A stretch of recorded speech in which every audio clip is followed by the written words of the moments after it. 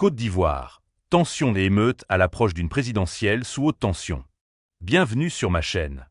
Ici, on partage ta thématique. Si tu aimes le contenu, abonne-toi et active la cloche pour ne rien manquer. À quelques mois de l'élection présidentielle prévue pour le 25 octobre 2025, la Côte d'Ivoire traverse une période de vives tensions politiques et sociales. Ce climat explosif, nourri par la contestation des décisions de la Commission électorale indépendante, CEI, et par l'annonce de la candidature d'Alassane Ouattara à un 4e mandat, a conduit à des manifestations massives et parfois violentes dans plusieurs villes du pays. La situation s'est enflammée après l'exclusion de plusieurs figures majeures de l'opposition de la liste électorale. Parmi elles, l'ancien président Laurent Gbagbo, l'ex-premier ministre Guillaume Soro, l'ex-ministre Charles Blé Goudé et l'ancien PDG de Crédit Suisse Tidjane Thiam. Officiellement, ces disqualifications s'appuient sur des motifs juridiques, notamment liés à la nationalité ou à des condamnations antérieures. Mais pour leurs partisans, il s'agit d'une manœuvre politique visant à verrouiller le scrutin et à éliminer toute concurrence sérieuse face au chef de l'État sortant.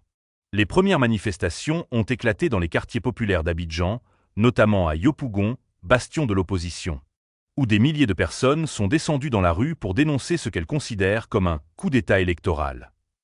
Les slogans scandés « Non à la dictature »,« Justice pour tous »,« Élections libres » traduisent un ras-le-bol face à ce qui est perçu comme une dérive autoritaire. Des affrontements ont éclaté avec les forces de l'ordre, entraînant plusieurs blessés et l'arrestation de dizaines de manifestants. À l'intérieur du pays, d'autres villes comme Bouaké, Daloa et Gagnoa ont également été le théâtre de rassemblements, parfois dispersés violemment.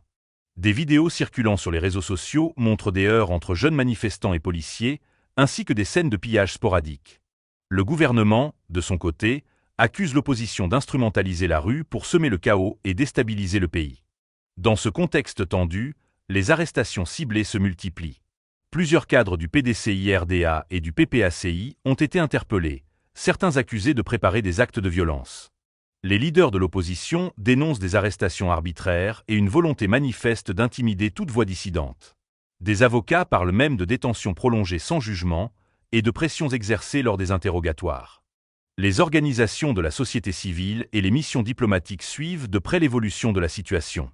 La Conférence des évêques catholiques de Côte d'Ivoire a lancé un appel au calme et au dialogue, exhortant les autorités à garantir un scrutin inclusif, condition indispensable pour préserver la paix sociale.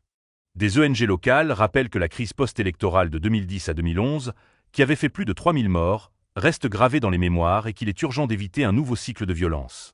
Face à la contestation, le gouvernement tente de montrer des signes d'ouverture. Le ministre de l'Intérieur annonçait que des discussions pouvaient être engagées avec les partis politiques pour examiner certains recours, mais il a fermement rejeté l'idée d'un report des élections. Quant à Alassane Ouattara, il défend sa candidature en affirmant qu'elle est conforme à la Constitution révisée en 2016, laquelle aurait remis les compteurs à zéro pour les mandats présidentiels. Sur le terrain, la tension reste palpable. Des renforts de police et de gendarmerie ont été déployés dans les zones sensibles.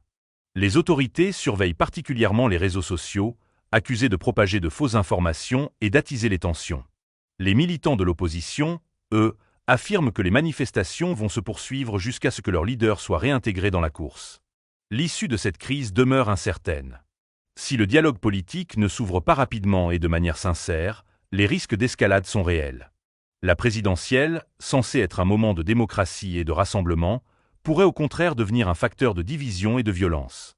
Dans ce contexte, la vigilance de la communauté internationale et l'engagement des acteurs nationaux pour un processus transparent apparaissent comme les seules garanties pour éviter que la Côte d'Ivoire ne replonge dans une nouvelle crise politique et sécuritaire.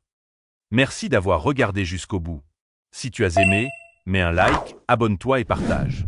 On se retrouve très vite pour une nouvelle vidéo.